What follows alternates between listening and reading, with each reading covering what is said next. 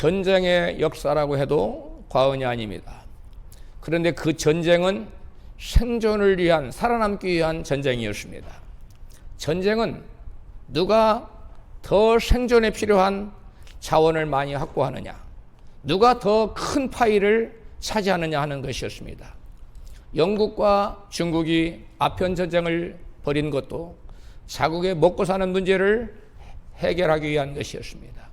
최근에 러시아가 우크라이나를 크림반도를 침공했는데 그 많은 전쟁의 원인이 있겠지만 그 중에 하나가 그 학자들은 말하기를 크림반도가 엄청난 곡창지대라는 겁니다.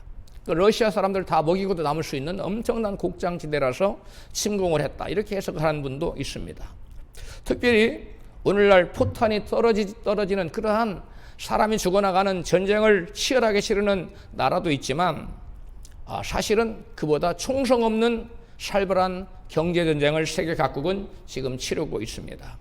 지금도 세계 각국은 치열하게 관세 전쟁을 치르고 있습니다. 그것은 곧 사람들이 떡이 없으면 살 수 없다는 그러한 생각의 발로입니다.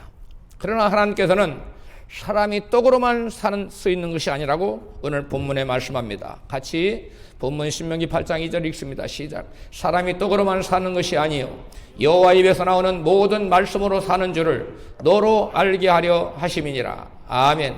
이 말씀은 사람이 살아가는데 떡이 필요 없다는 얘기가 아닙니다. 사람들이 살아가는데 기본적으로 우리는 육체를 가진 존재이기 때문에 떡이 필요합니다. 그러나 인간은 그렇다고 떡만 먹고 사는 존재가 아니라는 얘기예요.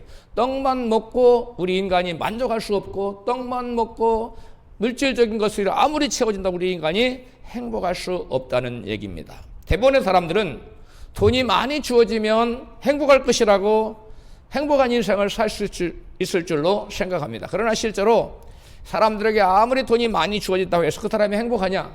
그렇지 않습니다. 가와바타 야스나리라는 사람은 설국이라는 제목의 소설을 써서 일본인 최초로, 아마 아시아인 최초일 거예요, 노벨 문학상을 탄 수상자가 됐습니다. 그는 일본에서 영웅으로 추대를 중앙을 받게 됐고, 그에게 상금을, 그 문학상 받으면 상금을 주잖아요. 그에게 상금뿐만 아니라 또 엄청난 그 책이 베스트셀러가 돼요. 책이 팔려서 그 인세로 인해서 어마어마한 부자가 됐어요.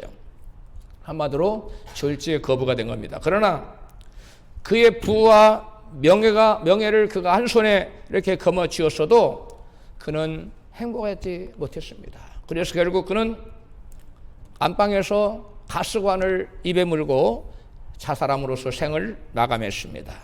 그에게 돈과 명예로 가득했지만 그 심령에 채워지지 않은 그 무엇인가가 있었다는 얘기입니다. 무슨 말입니까? 사람은 떡으로만 살 수 없었다는 얘기입니다. 뿐만 아니라 미국이 자랑하는 세계적인 작가 해밍웨이가 역시 노벨 문학상을 탔습니다. 돈과 명성을 크게 얻었습니다. 그는 자국뿐만 아니라 세계 각국의 세계인들의 사람들의 사랑을 한 몸에 받은 사람이에요. 그런 그도 역시 내 영혼은 말라 비틀어진 필라멘트 같이 고독하다 하고 권총으로 스스로 자기를 쏴서 생을 마감하고 말았습니다. 그에게도 역시 돈과 명예로는 채워지지 않는 그 무엇인가가 있었다는 것입니다. 이게 바로 사람이 떡으로만 사는 것이 아니라는 것을 증거하는 것입니다. 여러분, 또한 1923년에 미국 시카고의 에지워드 비치 호텔에 미국 최고의 부호 10명이 한자리에 모여서 미국 사회에 뿐만 아니라 세계 각국의 관심이 집중되었습니다. 그들 중에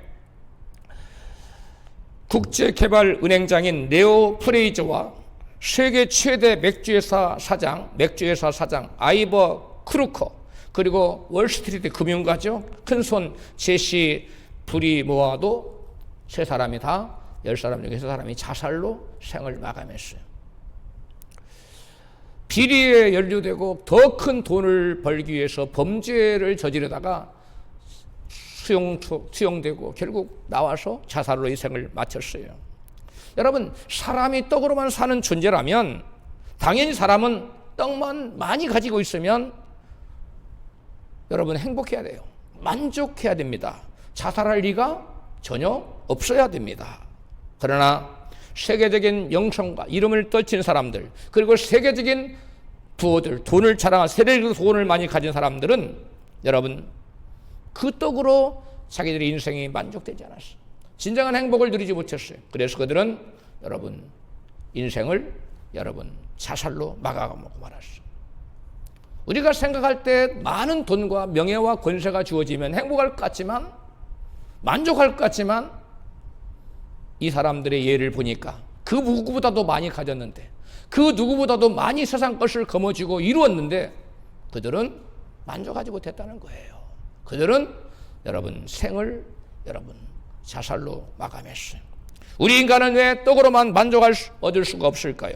그것은 인간이 육체로만 존재하는 존재가 아니라는 거예요. 육체만 있는 것이 아니라는 거예요.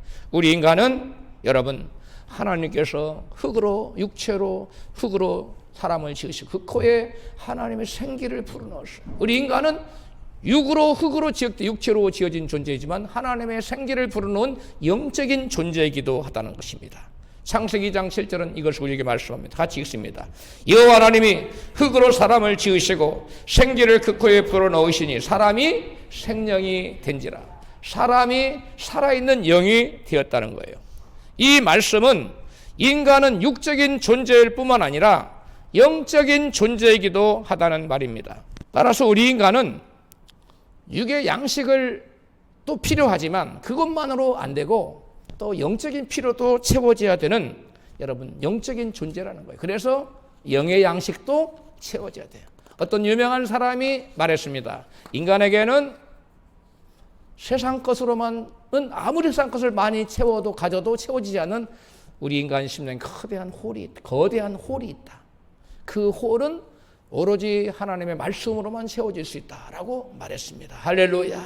우리 인간에는 육적인 존재만이 아니고 영적인 존재이기 때문에 육적인 떡으로 아무리 채워도 만족이 되지 않는다는 거예요. 그리고 우리 인간은 영적인 존재이기 때문에 영의 양식인 하나님 말씀이 들어갈 때 여러분 영적인 갈증이 인간에 뭔가 안 채워져서 물질이 좀 부족해서 그런가? 더 가져야 되나? 더 없고 권세도 더 가져야 더 없고 더 얻어도 채워지지 않는 그게 갈증이 있다는 그게 인간은 왜 그래요? 영적인 존재이기 때문에 그렇다는 거예요. 할렐루야. 그러므로 사람이 하나님 말씀으로 산다는 것은 영적인 존재인 인간은 영적인 공급이 있어야만 한다는 거예요. 그런데 문제는 우리 인간이 죄를 지었어요. 그래서 하나님과 관계가 끊어졌어요. 그래서 하나님의 음성을 더 이상 들을 수가 없는 존재가 되었어요. 하나님의 음성을 들을 수 없어요. 영적인 공급이 끊어져 버린 것입니다. 그래서 하나님께서는 우리 인간들의 영적인 공급을 다시 허락하기 위해서 여러분 관계를 회복해야 되는데 그렇게 관계를 회복하기 위해서 당신의 독생 예수님을 보내주셨어요. 그리고 예수님 하늘 영광을 버리고 아버지의 뜻을 받들어 이 땅에 오셔서 저와 여러분의 죄를 지고 십자가에서 양손에 못을 박아 피 흘려 죽으셨어요. 그러므로 저와 여러분의 모든 죄를 갚아주신 줄로 믿습니다. 그래서 우리는 예수의 피로 인하여 예수의 대속적인 죽음을 통해서 모든 죄를 용서받을 수 있고 또 하나님께 나아갈 수 있게 됐는데 바로 나를 위해 피 흘려 돌아간 예수를 믿는 믿음이 하나님과 우리를 다시 관계를 회복해 준 줄로 믿습니다. 하나님과 다시 관계가 회복된 사람에게는 다시 하나님의 음성이 들려오기 시작해요. 그래서 영적인 공급이 여러분 주어지게 되는 줄로 믿습니다. 누구든지 예수 믿으면 죄사함 받고 죄를 용서받고 구원받아서 여러분 하나님과 관계가 회복되어서 하나님의 음성을 듣게 되는 줄로 믿습니다. 내 양은 내 음성을 듣느니라고 주님 말씀하셨어요.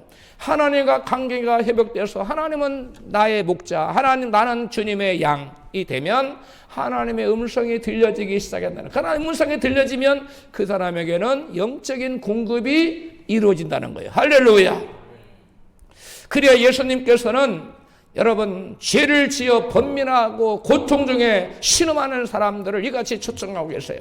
마태복음 11장 28절입니다. 시작. 수고하고 무거운 짐진 자들아 다 내게로 오라. 내가 너희를 쉬게 하리라. 또한 예수님은 당신을 통해서만 아버지 하나님께 당신을 통해서만 천국에 갈 수 있다고 이렇게 말씀하십니다. 요한복음 14장 6절입니다. 시작. 내가 곧 길이요 진리요 생명이니 나로 말미암지 않고는 아버지께로 올 자가 없느니라. 여러분, 아버지께로 가지 않으면 우리가 원하는 모든 것들 빛들의 아버지께로부터 다 공급된다고 했는데 하나님과 관계가 회복되지 않으면 어떤 것도 받을 수가 없어요. 여러분, 영적인 것뿐만 아니라 육적인 것도 여러분 항상 갈증이 있어요. 많이 가졌다고 만족하는 것이 아니라 조금 가져도 하나님께서 은혜 베푸시면 만족이 되는 줄로 믿습니다. 우리는 많이 가져야 만족할 줄을 생각해요. 여러분, 조금 가져도 영적으로 가득 채워지면 육적인 것 적어도 참 만족이 있고 참다운 행복이 있는 줄로 믿습니다. 이게 바로 신앙생활이에요. 진정한 신앙생활을 하는 사람은 진정한 하나님의 자녀가 되고 하나님과 하나 되고 믿음으로 사는 사람은 여러분 소유의 많고 적음을 떠나서 환경의 좋고 나쁨을 떠나서 그 예수 안에서 말씀 안에서 참된 행복과 기쁨과 만족을 누리게 되는 줄로 믿습니다. 여러분, 많은 사람들이 영혼을 영적인 만족을 얘기하는데 영혼을 공중에 붕붕 떠다니는 뭐 이런 것으로 생각하는데 그런 존재를 생각하는 영혼의 실체에 대해서 여러분 오해하는 거예요. 영혼은 우리가 여러분 우리가 세상에 살 동안만 존재하는 거 우리 육체예요. 근데 이 육체는 100년, 120년 되면 죽어요. 기능을 다해서 더 이상 쓸모가 없어요. 그래서 이 안에 존재하는 게 있는데 바로 실제적인 나예요. 그게 나의 영혼이에요. 이 영혼이 여기에 더 이상 살 기능을 못하니까 떠나요. 근데 나의 모습과 똑같은 존재라고 많은 사람들이 죽었다가 다시 살아난 사람, 천국과 지옥 갔다 온 사람들이 간증하고 있어요. 여러분, 그 영혼은 내 안에 살고 있는 영혼은 결코 죽지 않아요.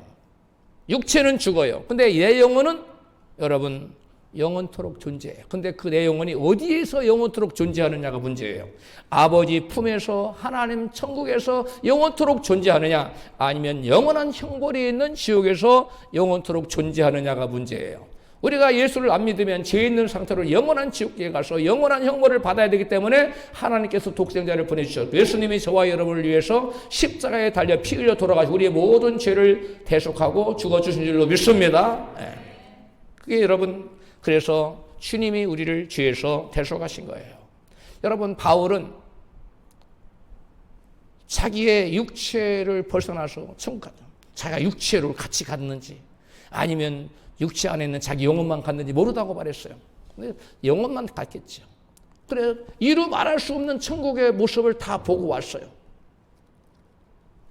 그리고 오랜 시간이 지난 다음에 14년이나 지난 다음에 그것을 잠깐 간증하고 말아요.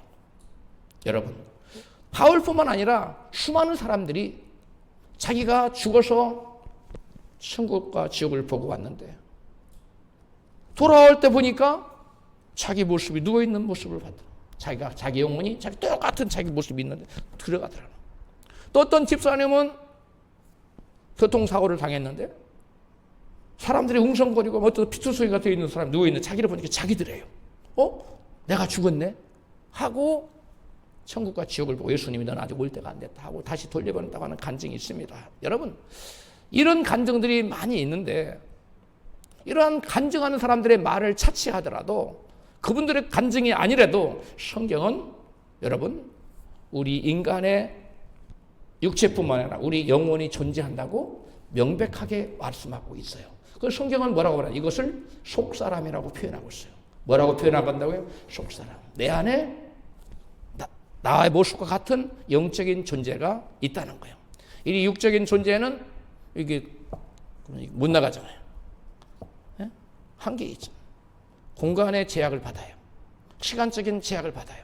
그런데 우리 영혼은 공간의 제약을 받지 않아요. 문이 닫혔어도 부활하신 주님이 영체로 그냥 쭉 들어오잖아요. 문을 안 열고도. 그러한 영혼이 실제한다는 사실입니다. 여러분, 그래서 우리는 이 영적인 존재를 알아야 돼요. 그리고 이 영혼의 만족이 인생의 참 만족이라는 사실을 알아야 돼요. 근데 우리는 육적으로 아무리 채워도 채워지지 않는 그 홀이 있는데 뭐가 채워져야만 채워지는 거예요? 하나님의 영의 양식인 하나님 말씀으로 채워질 때 진정으로 채워지는 거고 참된 만족이 있다는 거예요. 할렐루야. 그래서 저와 여러분 모두가 올 한 해 동안 하나님 말씀을 끊임없이 듣고 읽고 묵상하고 공부해서 영의 양식을 가득 체험으로 참 만족이 있는 올해, 그리고 참된 행복을 누리는 복된 한 해가 되기를 축복합니다. 다음은 사람이 하나님 말씀으로 산다는 것은 하나님 말씀을 삶의 자원으로 삼고 산다는 뜻이에요. 사람이 떡으로 산다는 것은 눈에 보이는 것을 자원으로 삼고 환경을 의지하며 살아가는 삶을 말하는 거예요. 떡으로 산다는 건 눈에 보이는 거, 자원, 이런 거, 좋은 환경, 이런 거 의지하며 산다는 것이 바로 떡으로 사는 거예요. 삶이에요. 그런 반면에 하나님에서 나오는 모든 말씀으로 산다는 것은 환경이 어떻든 형편이 어떻든 내가 가진 것에 많고 적음을 떠나서 무엇을 그런 것들을 자원 삼지 않고 무엇을 자원 삼고 사는 거예요? 하나님의 약속의 말씀, 하나님 입에서 나오는 모든 말씀을 내 삶의 재산으로, 내 삶의 자원으로 삼고 살아가는 삶, 즉 말씀을 의지하며 살아가는, 믿음으로 살아가는 삶, 이것이 바로 말씀으로 산다는 거예요. 따라합시다. 말씀으로 산다는 것은 말씀을 믿고 그 말씀을 의지하고 믿음으로 사는 거. 그리고 환경과 상관없는 거예요. 그 말씀을 쫓아 사는 삶, 말씀을 의지해서 사는 삶. 눈에 아무것도 보이는 거 없고 손에 잡히는 거 없고 귀에 들리는 거 없어도 말씀이 그렇다고 하면 그런 줄 믿고 나아가다 보면 말씀대로 되어지는 줄로 믿습니다. 그러나 많은 사람들이 말씀이 뭐라고 말하든 눈에 보여서 안 될 것 같으면 낙심하고 절망합니다. 그것은 무엇으로 사는 사람이에요? 떡으로 사는 사람이에요. 물질을 의지해서 자원, 세상 것을 의지해서 사는 사람이에요. 그러나 믿음의 사람은, 하나님의 사람은 그렇게 사는 것이 아니라 아무리 눈에 보이는 게 없고 손에 잡히는 것도 없고 만져지는 것도 없고 귀에 들리는 것도 없어요. 가능성이 전혀 없어 보여. 그러나 말씀을 믿고 믿음으로 나아갈 때 하나님께서 그때마다 우리의 장벽을 허무시고 없는 것을 있게 하시고 여러분 우리의 뜻하는 바가 이루어지게 하는 그 말씀이 우리의 삶의 자원이 되는 삶, 그러한 삶을 살아가는 사람이 바로 말씀으로 산다는 거예요. 할렐루야. 올 한 해 우리는 이와 같이 말씀을 자원 삼아서 환경이 어떻든 간에 그런 것에 여러분 낙심하거나 절망하거나 좌절하거나 흔들리지 말고 오로지 말씀 하나만을 믿고 의지하고 나가는 저와 여러분 되시기를 축복합니다. 여러분 성경에 하나님 말씀을 자원 삼고 말씀을 여러분 그 하나님 말씀으로 살아간 대표적인 사람은 갈 바를 알지 못하고 믿음의 길을 떠났던 아브라함이라고 할 수 있어요. 창세기 12장 1절입니다. 같이 읽습니다. 시작. 여호와께서 아브라함에게 이르시되 너는 너의 본토 친척 아비 집을 떠나 내가 내게 지시할 땅으로 가라. 이에 아브라함이 여호와의 말씀을 쫓아갔고 룻도 그와 함께 갔으며 아브라함이 하란을 떠날 때에 그의 나이 75세였더라. 여러분 75세면 생소한 도전을 할 수 있습니까? 안주하기에 바쁘죠. 그런데 아브라함 나이가 75세가 됐는데 하나님이 가라고 너의 본토 친척 아비 집을 떠나라. 자기의 삶에 익숙하던 모든 것을 내려놓고 새로운 삶을 개척해라. 어디로 갈 바도 가르쳐주지 않아. 어디로 가라고도 말하지 않아. 내가 너에게 한 걸음 한 걸음 인도할게 가. 근데 아브라함은 그 말씀을 믿고 갔다는 거예요. 4절에 뭐라고 하냐면 이 아브라함이 여호와의 뭘 쫓아갔고 말씀을 쫓아갔고 이게 바로 말씀으로 사는 삶이에요. 아니 지금 이 나이에 하나님 어디를 가라고 말씀하세요? 가라고 그러면 뭔가 보여주셔야죠. 이렇게 하지 않았어요. 아브라함은 그냥 가라고 그러니까 아멘 믿습니다. 하나님 선하신 하나님이시고 선하신 하나님이 저를 선하고 복된 길을 인도하실 줄 믿습니다 하고 믿음의 길을 한 걸음 한 걸음 떼다 갔는데 가다 보니까 어디로 갔어요? 가나안으로 갔다는 거예요. 축복의 땅, 젖과 꿀이 끓는 땅으로 갔다는 거예요. 여러분 환경을 보면 망하는 길입니다. 아니 길도 없고 누가 가본 적도 없고 그 늙은 나이에 뭘 해볼 수 있는 정력도 떨어졌어요. 그 나이에 지금 하나님이 불가능해 보이는 길을 가라고 할 때 아브라함은 말없이 군말 없이 뭘 쫓아갔어요? 여호와의 말씀을 쫓아갔어요. 하나님 말씀을 쫓아갔어요. 이게 바로 믿음의 삶이고 말씀으로 산다는 의미예요. 할렐루야. 여러분, 성경에 보면 떡으로 사는 사람과 그리고 말씀으로 사는 사람을 극명하게 보여주는 한 무리가 있었어요. 그게 이스라엘의 12지파를 대표하는 족장들, 즉 12스파이. 12 뭐예요? 12명의 정탐꾼들. 가나안을 정탐하라고 보낸 각 지파의 대표들이 12정탐꾼이에요. 그 12명이 두 부리로 쫙 갈라져. 똑같은 시간에 똑같은 장소를 똑같은 눈으로 보고 왔어요. 그런데 한 무리는 우리는 할 수 없다. 우리는 그 땅을 취할 수 없다. 그러니 한 장관을 서울 대국으로 돌아가자 하는 무리가 있었어요. 이 사람들은 무엇을 의지해서 사는 사람이에요? 떡으로 사는 사람이에요. 그런데 그 10명과 다르게 이 2명의 여호수아 갈렙은 뭐라고 그랬어요? 아니다. 우리 인간의 눈으로는 도저히 불가능해 보일 것 같지만 하나님이 우리와 함께 하시면 우리가 능히 그 땅을 취할 수 있다. 할렐루야. 여러분, 이게 다른 거예요. 12정탐꾼 중에 여호수아 갈렙 이 두 정탐꾼은 환경과 여건만 보지 않고 하나님의 약속의 말씀을 자기들 자원으로 꽉 붙잡았어. 그리고 하나님의 약속의 말씀에 따라서 움직였어요. 믿음으로 행동한 거죠. 우리 성경 민수기 14장 8절입니다. 시작.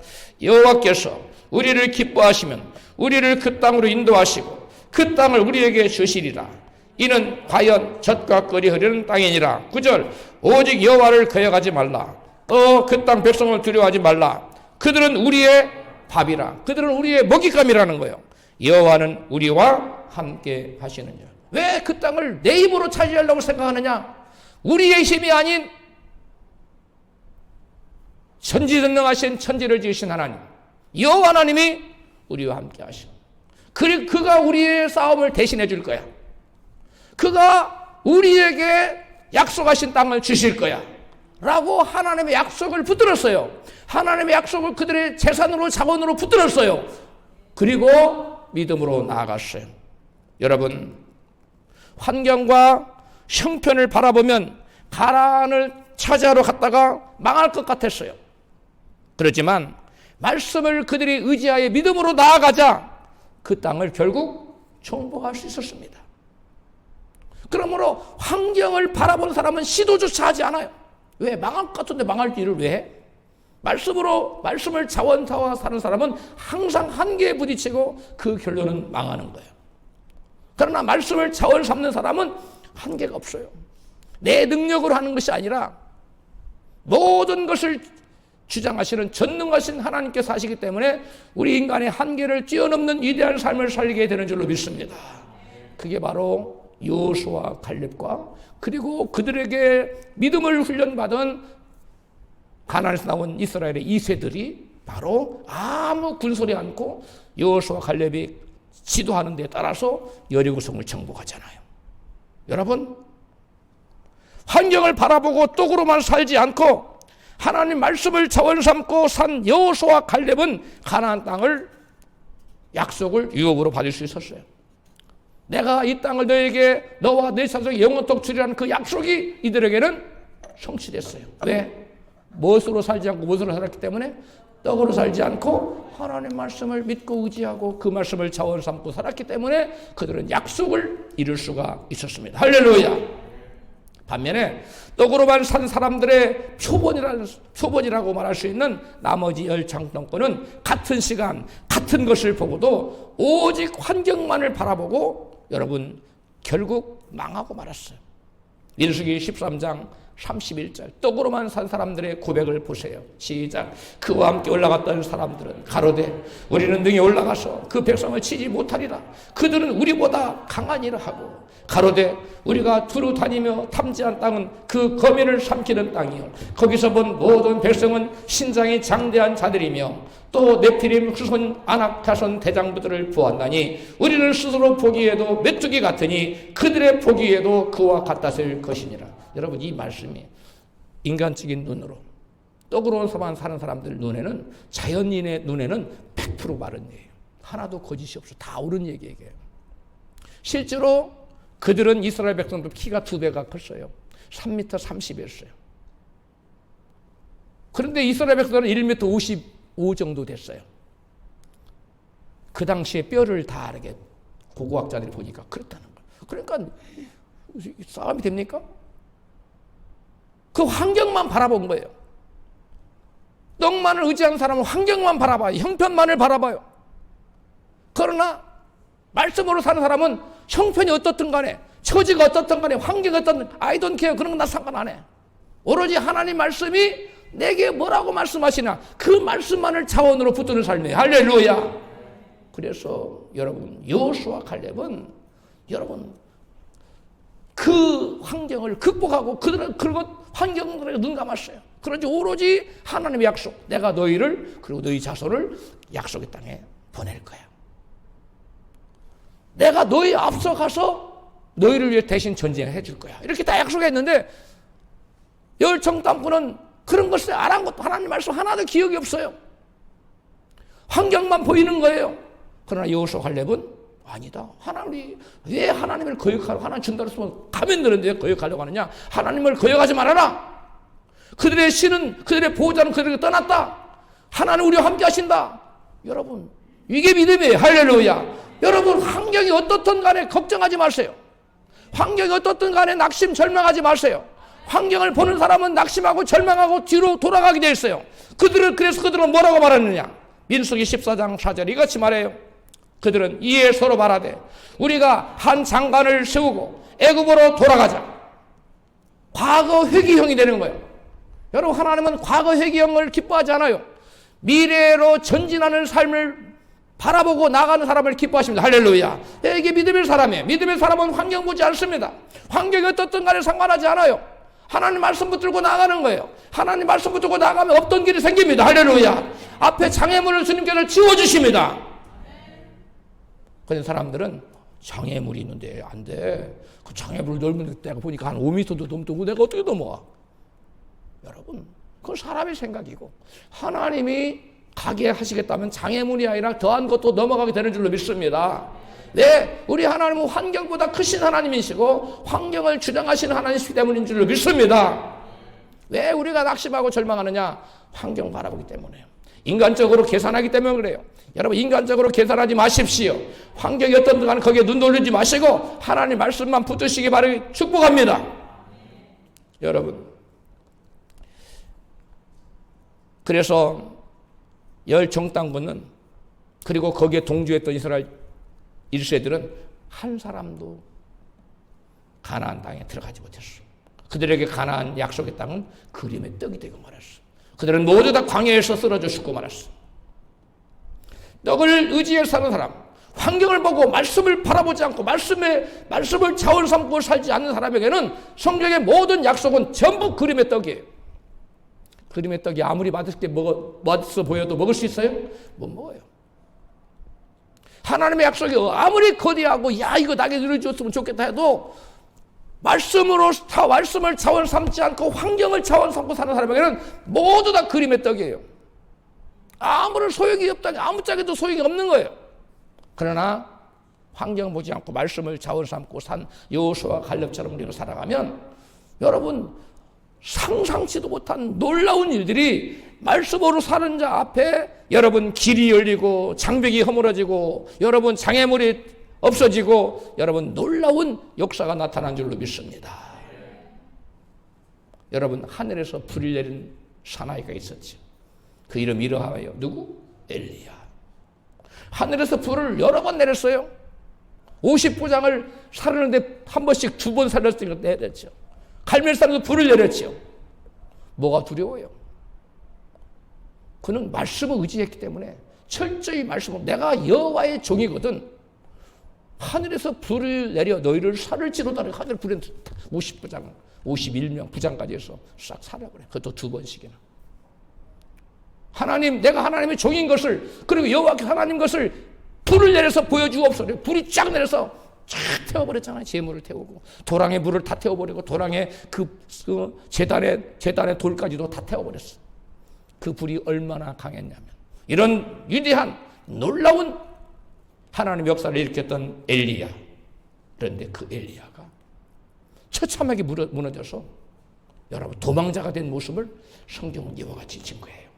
열왕기상 19장 2절 시작. 이세벨이 사자를 엘리야에게 보내어 이르되 내가 내일 이맘때에는 정녕 네 생명으로 저 사람들 중 한 사람의 생명 같게 하리라. 저가 이 형편을 보고 뭘 봤어요? 형편을 보고 일어나 그 생명을 위하여 도망하여 유다에 속한 브엘세바에 이르러 자기의 사환을 그곳에 머물게 하고 스스로 광야로 들어가서 한 로뎀나무 아래 앉아서 죽기를 구하여 가로되 여호와여 넉넉하오니 지금 내 생명을 취하옵소서.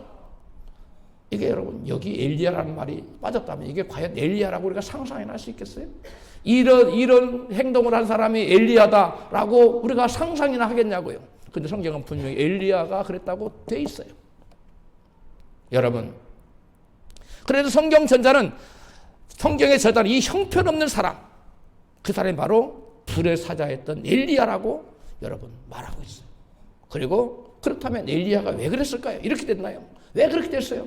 불의 사자가 그 무엇도 두려워하지 않던, 왕도 두려워하지 않고 그 누구도 두려워하지 않던 당당하게만 하던 그 엘리야가 왜 이렇게 한 여인 내에 그 내가 너를 죽일 거야 그 말에 바들바들 떨고 도망치고 도망자가 되어서 이런 연약한 자로 여러분 변모됐냐는 거예요. 여러분 왜 그래요? 그가 말씀을 의지할 때는 왕도 두려워하지 않았는데 형편을 바라보자 생명을 위해 도망치고 죽기를 구하는 처지로 전락하고 말았는데 여러분 동일한 인물인데 동일한 사람인데 말씀을 자원 삼고 살 때에는 여러분 두려울 게 없었는데 대단한 권세를 가진 아합 왕도 두려워하지 않았는데 여러분 이제 눈을 돌려 하나님 말씀에서 그 눈이 환경과 형편으로 딱 가자. 이제는 한 여인의 내가 너를 죽이겠다는 협박 한마디에 목숨을 구하기 위해서 산속으로 깊이 도망가요. 그리고 숨어버려요. 그리고 낙심하고 절망하고 똑같은 사람이에요. 그런데 무엇을 보느냐가 그 인생을 전혀 다르게 만들어버렸어요. 여러분 엘리야에게만 그런 것이 아니라 모든 인간이 눈에 보이는 형편처지 환경을 바라볼 때는 엘리야처럼 도망치는 인생, 도망자의 인생, 처참한 인생으로 전락해요. 그러나 그가 비록 약할지라도 사람 눈에 볼 때는 시시하게 보이고 별볼일 없는 사람일지라도 그가 하나님 말씀을 자원 삼고 살아가기 시작할 때 그는 여러분 불을 내리는 위대한 사람이 되는 줄로 믿습니다. 여러분 지금 형편처지가 어떻든 상관하지 마세요. 여러분 하나님 말씀을 구하면 됩니다. 그리고 그 말씀을 붙잡으면 됩니다. 약속의 말씀을 붙잡고 나갈 때 모든 문제는 봄눈처럼 녹아지는 줄로 믿습니다. 하나님은 약속하셨어요. 여호와께서는 홍수 중에 좌정하시는도다. 할렐루야. 여러분 우리에게 홍수가 올 때는 홍수만 오는 게 아니라 홍수를 컨트롤할 수 있는 조절할 수 있는 여호와라님께서 같이 오신다는 사실을 믿으시면 그게 아멘하십시다. 여러분 엘리야뿐만이 아니라 베드로도 말씀을 의지할 땐 이리로 오너라 시시하던 나로 오라 하소서. 그러니까 베드로가 주의 말씀 붙들고 오라 하는 그 말 한마디 오라 하니까 그 파도 치는 그 거센 물결을 당당하게 막 걸어가잖아요. 베드로가 이렇게 걸었는지 모르겠어요. 좌지간 당당한 폼을 가지고 파도 위를 걸어갔어요. 그런데 갑자기 주님 말씀에서 눈이 띄어지고 주님에서 시야에서 파도와 흉흉하는 바람 소리와 거대한 파도 소리에 눈을 돌리는 환경과 형편을 보는 순간 물속으로 들어가 버렸어요. 빠졌어요. 여러분 똑같은 사람이에요. 똑같은 베드로예요. 물 위를 걷던 사람도 베드로고 물속으로 빠져들어간 사람도 베드로고 근데 물 위를 걸을 때는 그가 누구를 바라봤을 때? 주님 바라보고 주의 말씀을 붙들었을 때예요. 말씀을 자원 삼고 살았을 때예요. 그러나 조금 후에 그가 주님에게서 눈을 떼고 환경과 형편을 바라볼 물속으로 꼬르륵 들어가 버렸어. 주여 죽게 되었나 나를 살려주소서. 그러죠. 주님 말씀은 어찌하여 의심하였느냐 믿음이 작은 자요. 황편과 형편을 보는 사람은 믿음이 작은 자고 없는 자입니다. 그러나 주님 말씀을 붙잡고 말씀에 의지하는 사람은 주님 오실 때 믿음이 있는 사람이에요. 믿음이 없이는 하나님을 기쁘시게 할 수가 없는 줄로 믿습니다. 그 누구도 믿음이 없이는 하나님을 기쁘시게 할 수 있는 방법이 없어요. 여러분, 피조물은 이 나약한 존재가 어떻게 하나님 기쁘시게 할 수 있어요? 그러나 우리가 믿음으로 살 때 하나님은 입이 귀에 걸려. 야, 응? 저 아이를 보거라. 천사들아 보거라. 마귀들아 나의 종 욥을 보거라. 하나님이 그 믿음의 삶을 살면 입이 많아져가지고 너무너무 기뻐하는 거예요. 자랑하는 거예요. 하나님이 천사들과 마귀들 앞에 자랑하는 저와 여러분 되기를 축복합니다. 그게 환경을 바라보지 않고 형편처지를 바라보지 않고 오로지 이 약속된 말씀, 기록된 말씀, 강단에 선포된 설교 말씀, 생명의 말씀을 여러분 하나님이 내게 주셨어 라고 붙잡고 그것을 나의 자산으로 삼고 살아가는 자는 하나님 기뻐하시고 그의 믿음대로 되게 해줄 줄로 믿습니다. 예수님 말씀, 내 믿음대로 될지어다. 할렐루야. 여러분, 풀무불에 던져지는 형편을 무시하고 약속의 말씀을 붙들었던 사드락과 메삭과 아벳느고는 죽음 앞에서도 아주 담대했습니다. 다니엘서 3장 17절입니다. 시작. 만일 그럴 것이면 우리가 섬기는 우리 하나님 우리를 극렬히 타는 풀무 가운데서 능히 건져내시겠고 왕의 손에서도 건져내시리이다. 18절. 그리 아니하실지라도 왕이여 우리가 왕의 신들을 섬기지도 아니하고 왕의 세우신 금신상에게 절하지도 아니할 줄을 아옵소서. 여러분, 어찌 이리 대담할 수 있어요? 이야, 이런 대담함, 이런 담대함이 과연 어디에서 나왔을까요? 여러분, 환경을 바라보지 않고 풀무불을 바라보지 않고 그 풀무불을 주장하시는 말씀을 주시는 약속하신 하나님 바라봤다는 거예요. 약속을 붙들었다는 거예요. 약속을 잡아서 잡았다는 거예요. 어떤 약속을 붙잡았어요? 이사야를 통해서 주신 말씀을 붙잡았어요. 같이 이사야 43장 2절 시작. 내가 물 가운데로 지날 때 내가 함께 할 것이라. 내가 불 가운데로 행할 때 타지도 아니할 것이요 불꽃이 너를 사르지도 못해. 이 말씀 붙은 거예요. 나 여호와는 이스라엘을 구원하는 자라 하고 이어진 말씀에 얘기해요. 나 여호와는 이스라엘을 구원하는 자인데 너 이스라엘을 구원하는 나 여호와는 네가 물 가운데 가 내가 물이 너를 엄물치 못하게 지킬 거야. 구원할 거야. 물에서 네가 불 가운데 던져져 불꽃이 너를 사르지 않도록 지킬 거야. 사드락과 메삭과 아벳 이거 말씀 붙은 거예요. 할렐루야. 그러니까 환경이 어떻든 간에 풀무불 앞에서도 자기가 지금 금방 던져지면 타 죽을 건데 그런 걸 상관하지 않았어. 하나님이 지시시키시겠다는 말씀을 붙잡은 거예요. 그러면서 한마디 덧붙여. 만약에 하나님이 안 구해줘도 나는 하나님 말씀 안 범해요. 죽으면 죽었지. 한번 따라 죽으면 죽었지. 크게 시작. 죽으면 죽었지. 말씀을 범하지는 않습니다.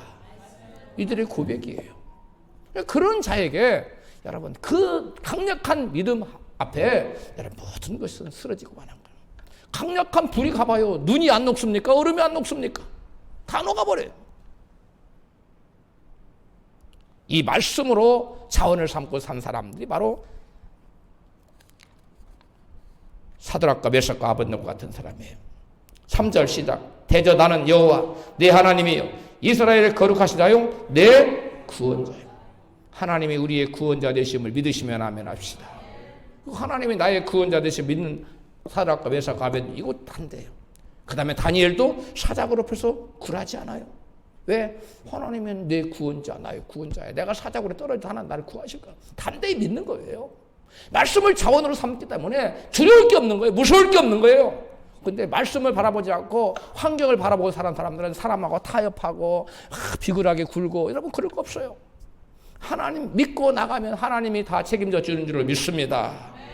여러분 이스라엘 백성을 가나안 땅으로 인도하여 드린 여호수아는 환경의 지배를 받고 살지 않았어요. 오직 말씀만을 믿고 의지하고 말씀을 자기의 삶의 자원으로 삼고 살았습니다. 그래서 넘실대는 그 요단강물 앞에서 두려워하지 않아요. 그리고 그 요단강을 갖다가 쫙 상류에서 물이 멈춰버리게 만들어요. 물이 끊어지게 만들어요. 요단이라는 뜻은 죽음이라는 뜻이에요. 죽음의 강물이 자기의 삶에 미쳐지 못하도록 저리 밀쳐버리는 거예요. 저쪽에서 멈춰서게 하는 거예요. 우리가 믿음으로 여호수아처럼 살면 죽음의 그림자가 저 멀리서 우리 가운데 가까이 오지 못하고 멈춰서는 줄로 믿습니다. 그리고 우리가 가나안으로 들어가는 길이 열리는 거예요. 사망 권세를 물리치지 못하면 우리가 가나안을 차지할 수 없어요. 아무리 하나님이 우리에게 가나안을 주겠다 약속했을지라도 하나님의 말씀을 믿고 의지하여 사망 권세를 물리치지 못하면, 요단강을 가르지 못하면 가나안에 못 들어갑니다. 그런데 넘실대는 그 죽음의 강물을 여호수아는 단칼에 물리치잖아요. 그리고 물러서게 하잖아요. 저 여러분도 말씀을 자원 삼고 삶으로 죽음의 그림자를 저 멀리서 멈춰서게 하시기를 축복합니다. 그래서 그는 여리고성도 믿음으로 정복해요. 하나님 말씀대로 말씀을 자원 삼고 사니까 그들은 인간적인 전략을 세우지 않았어요. 야, 우리가 돌을 하나씩 던지자, 뭐 2개씩 던지자, 뭐 하루에 몇 바퀴를 더 돌자. 하나님 한 바퀴 돌았지만 우리가 더 열심히 돌아서 2바퀴, 이런 거 안 했어요. 그냥 하나님 하라는 대로 말씀, 하루에 한 바퀴씩 돌고 마지막 날에 7바퀴 돌고 그대로 했어요. 중간에 막 돌을 돌고 막 군가를 풀어, 그런 거 안 했어요. 하나님 자기 인간의 생각을 덧붙이지 않았다는 거예요. 오로지 하나님 말씀에 순종해서 믿음으로 나아가자. 역사는 누가 하신 거예요? 하나님이 하신 거예요. 외칠 때 외치라고 무너질 거네. 외치고 무너졌어. 무너지면 올라가라고 올라갔어요. 그래서 정복했어요. 할렐루야. 여러분, 하나님 말씀을 자원으로 삼고 산 사람들은 성경에 나오는 인물뿐만이 아니에요. 오늘날 우리의 주변에도 수없이 많습니다. 소년 유태영은 전북 임실에서 정말 가난한 농부의 아들로 태어났어요. 중학교를 입학할 수가 없었어요. 그래서 토끼를 길러서 그것을 키워가지고 팔아서 여러분 중학교 강의록을 샀어요. 혼자 독학으로 여러분 중고등학교를 마치고 구두깎이를 하면서 서울에 올라와서 여러분 길거리에서 자면서 야간고등학교, 야간대학교, 건국대학교를 야간대학교를 졸업했어요. 그리고 건국대학교, 야간대학교를 졸업하고 하나님 앞에 기도했어요. 하나님, 저는 초등학교 때부터 가난한 한국 농촌을 살리기 위해서 기도했는데 이제 가난한 한국 농촌을 살리려면 제가 덴마크에 가서 여러분 선진 덴마크의 농업 기술을 배워야 되는데 덴마크에 유학을 보내주세요. 기도했어요. 이게 보통 사람한테 그렇게 기도하겠어요? 말도 안 되는 기도죠. 불가능하다고 생각하죠. 근데 불가능하다고 생각, 하나님 말씀을 자원 삼았기 때문에 그렇게 기도한 하나님이 그랬어요. 야, 너 덴마크 국왕한테, 임금님한테 편지를 쓰거라. 그래서 국립도서관에 가서 어떻게 국립도서관에 가서 찾았어요, 주소를. 그래가지고 알아보니까 덴마크 국왕 이름이 마크 프레드릭 쿠세였어요. 그래서 마크 프레드릭 쿠세 국왕 귀하, 국왕님 귀하 이렇게 편지를 썼어요. 그래서 이만저만해서 내가 공부를 하고 싶다고 편지를 보냈더니 여러분 얼마 안 돼서 덴마크 의무성 차관보가 사인한 정식 초청 편지가 도착했어요. 그들이 뭐라고 써서 보냈는가 같이 읽어보시. 당신 원하는 기간, 당신 원하는 장소에서 원하는 분야를 공부할 수 있도록 우리 덴마크 정부가 책임지도록 하겠습니다. 이것이 덴마크 정부에서 공식 초청장이 와서 원하는 기간만큼 원하는 학문을 원하는 장소에서 원하는 대학에서 마음껏 할 수 있도록 밀어주겠다는 거예요. 누가 하신 거예요? 누구에게? 하나님을 말씀을 자원으로 삼고 사는 사람에게. 하나님의 말씀을 자원으로 삼고 사는 사람에게는 한계가 없어요. 그 덴마크 국왕의 마음도 움직인 거예요. 그가 그래서 여러분 돌아왔어요. 학위를 마치고. 그 유태영 박사의 고백을 한번 들어봐요. 시작. 나는 아무것도 가진 것이 없지만 나는 모든 것을 가진 사람이다. 왜냐하면 모든 것을 소유하신 하나님을 모시고 사는 사람이기 때문이다. 내가 길거리에서 잠을 자고 영양실조에 걸려 쓰러지고 쓰레기통을 뒤지면서도 비굴하거나 신세를 피곤하지 않았던 것은 전능하신 하나님이 살아계시다는 사실과 그 하나님이 나를 사랑하신다는 사실, 그리고 나의 기도를 들으신다는 이 세 가지 사실에 대한 확신 때문이다라고 그는 책에다 기록해놨어요. 제가 책에서 이 부분을 읽을 때 참 감동해요. 야, 쓰레기통에 남 버린 거 그거 주워 먹고 식중독에 걸려 고생한 것도 나오고 정말 이루 말할 수 없는 처참합니다. 길거리에서 사는 거야. 길거리에서 구두 닦지 하면서. 그리고 야간 대학을 다니는 거예요. 그런데 비굴하지 않았다는 거예요. 낙심 절망하지 않았다는 거예요. 하나님 원망하지 않았다는 거예요. 여러분 중에 그보다 어려운 분 계세요? 그보다 어려운 분은 없을 거예요. 근데 여러분 중에는 원망하는 분이 있잖아요. 불평하는 분이 있잖아요. 차원이 다른 거예요. 환경을 보면 원망, 불평해. 이분은 환경 안 봤어요. 몸만 붙들고 나갔어요. 말씀만 붙들고 나가서 말씀을 차원 삼고 나갔다는 거예요. 할렐루야. 여러분, 유태영 박사가 예루살렘 대학의 25년의 기록력 4년 만에 최고의 성적으로 석박사 과정을 동시에 마쳐버려요. 그리고 이스라엘 벤구리온 대학원의 초빙 교수가 되어서 히브리어로 농촌 사회학을 강의하고 한국의 건국대학교 교수로 청빙받아와요. 그리고 건국대학교 학장이 되고 그 다음에 부총장이 돼요. 그리고 그는 건국대학교 학생 250명을 전액 그 초청하는 학교에 장학금 받도록 알선해줘요. 건국대학 학생 250명을 무료로 가서 공부할 수 있도록 그 학교에서 학자금, 생활비 다 대줄 수 있도록 그걸 다 만들어서 보내요. 어떻게 했느냐? 알지도 못하는 대학에 찾아가서 총장을 만나. 그래서 한국 학생을 보내서 여기서 교육을 시키면 이 한국에 들어가서 덴마크를 엄청 당신 나라, 당신 학교를 선전해 줄 거다. 설득을 하니까 사람들, 그래? 그래, 우리 학교 다 보답할게. 그렇게 250명을 전액 이 학생을 초청한 학교에서 부담하도록 해가지고 250명 공부시켜요. 근데 이런 일을 할 수 있었던 게 뭐냐? 말씀을 차원 삼고 살았기. 어떤 말씀을 차원 삼고? 이분의 모토의 말씀이 있어요. 빌립보서 4장 13절에요. 같이 시작. 내게 능력 주시는 자 안에서 내가 모든 것을 할 수 있느니라. 그래서 이 사람은 책을 읽어보면 너무 감격스러워. 야, 어떻게 이럴 수 있지? 꿈도 꿀 수 없는 절대 불가능한 일 앞에 우리는 이분은 굴하지 않아. 이거 가능하다는 거예요. 근데 진짜 가능으로 만드는 거예요. 이게 바로 말씀을 자원 삼아 사는 사람의 삶의 모습이에요. 그렇게 살기를 축복합니다. 저도 그래서 미국에서 공부할 때 이분의 이 삶의 태도를 제가 적용해서 7년 만에 졸업해야 되는 박사과정을 4년 반에 마칠 수 있었어요. 왜? 불가능에 저도 도전했어. 제가 불가능에 도전하지 않았으면 다른 사람들처럼 7년, 8년 걸렸을 거예요. 근데 안 되는 게 어딨냐? 하나님이 함께 하시면 된다. 사람으로서는 할 수 없어도 하나님으로서는 하실 수 있다는 말씀 붙들고 하니까 다 되더라고요. 할렐루야. 여러분도 마찬가지입니다. 여러분, 그분은 결국은 청와대에 픽업이 돼서 새마을 운동을 기획하고 지휘해서 가난한 한국 농촌을 살리겠다는 저 어렸을 때부터의 태백기도 드렸던 하나님 앞에 약속한 그것이 여러분 이루어내는 사람이 되었어요. 왜 그가 이 놀라운 일들을 해낼 수 있었을까요? 그가 능력이 뛰어나서? 아니에요. 중학교, 고등학교도 졸업 못하고 검정고시 겨우 한 사람이에요. 무슨 실력이 얼마나 있겠어요? 근데 그가 뭘 의지했어요? 하나님 말씀. 말씀을 자기 삶의 자원으로 삼았어요. 그래서 인생이 달라지기 시작한 겁니다. 보는 눈이 달라지기 시작한 거예요. 보는 사람은 이거 안 돼! 할 때 이 사람은 된다고 하는 거예요. 하나님이 그 믿음 보시고 되는 길을 열어주십니다. 할렐루야. 여러분, 베드로가 말씀을 의지하여 그물을 내리리다 하고 그물을 내리니까 밤새도록 한 마리도 못 잡던 고기가 여러분 그물이 찢어질 듯이 이웃 배를 빌려와서 가득 담아야 될 정도로 많은 고기를 잡았잖아요. 여러분, 베드로처럼 유태영 박사처럼 말씀에 의지해서 그물을 내리시는 복된 삶을 사시기 바랍니다. 말씀을 의지해서 사는 사람, 말씀을 의지해서 그물을 내리는 사람. 제가 설교 준비를 하는데 하나님이 그러시더라고요. 제 마음속 감동. 야, 베드로 봐라, 베드로.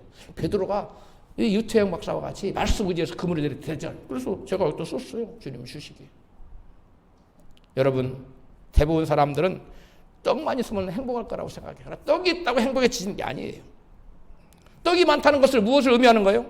돈가 많고 권세 많고 명예가 뛰어나고 대단한 거 많이 가졌다는 거예요.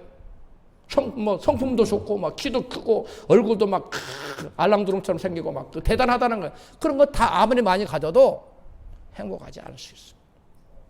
그러나 그런 거 아무것도 없어요. 그런데 말씀을 차원상 살아. 그러면 항상 말씀 의지해서 그물을 내리는 거야. 안 되는데. 아멘. 안 되는데 안 될 것 같은데 말씀 의지해서 그물을 내릴 때마다 하나님 역사하시는 줄로 믿습니다.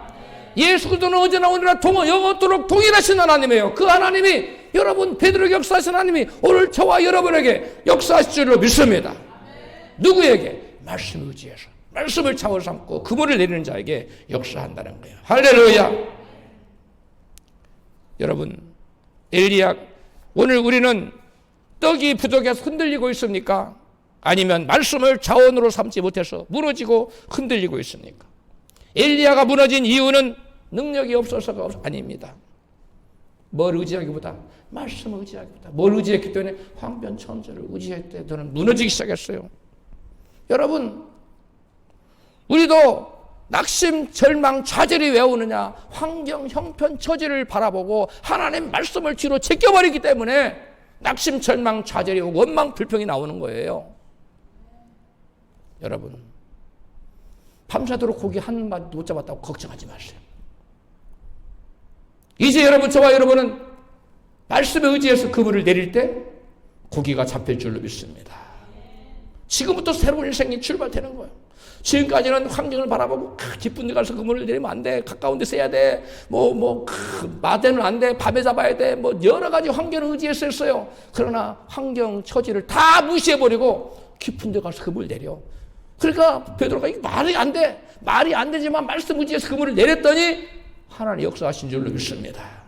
이게 여러분 말씀 의지해서 사는 사람이에요. 여러분, 솔로몬은 전도서 11장 4절에 이같이 말씀해요. 시작. 풍세를 살펴보는 자는 파종하지 아니할 것이요 구름을 바라보는 자는 거두지 아니하리라. 아멘. 여러분, 형편처지를 바라보는 사람은 걸음을 떼지 않아. 믿음의 길을 걷지 않아. 그리고 어떤 것도 이룰 데가 없네. 이룰 데가 목표제가 없는데 뭘 이루겠어요? 목표를 설정하지 않았는데. 그러나 환경 처지를 바라보지 않고 말씀 바라본 사람은 비가 오든 눈이 오든 씨앗을 뿌리는 거예요. 아멘. 비가 오든 눈이 오든 환경 바람이 불든 상관없이 씨앗을 뿌려. 그러면 열매는 누가 맺게 하세요? 하나님이. 밤새도록 고기를 못 잡아서도 실패해서도 말씀에 대해서 그물을 내리는 거예요. 이게 환경으로 살지 않고 말씀으로 사는 사람의 삶의 모습입니다. 할렐루야. 말씀을 자원으로 삼는 삶은 상황이 허락할 때 선택하는 옵션이 아닙니다. 어떤 환경에서도 어떤 환경에서 간에 먼저 하나님 말씀을 선택하고 그 말씀을 삶의 기준으로 삼고 사는 삶이에요. 환경을 바라보며 떡으로만 살지 않고 약속의 말씀 붙들고 말씀을 자원 삼고 믿음으로 사는 저와 여러분 되시기를 주의 이름으로 축원합니다.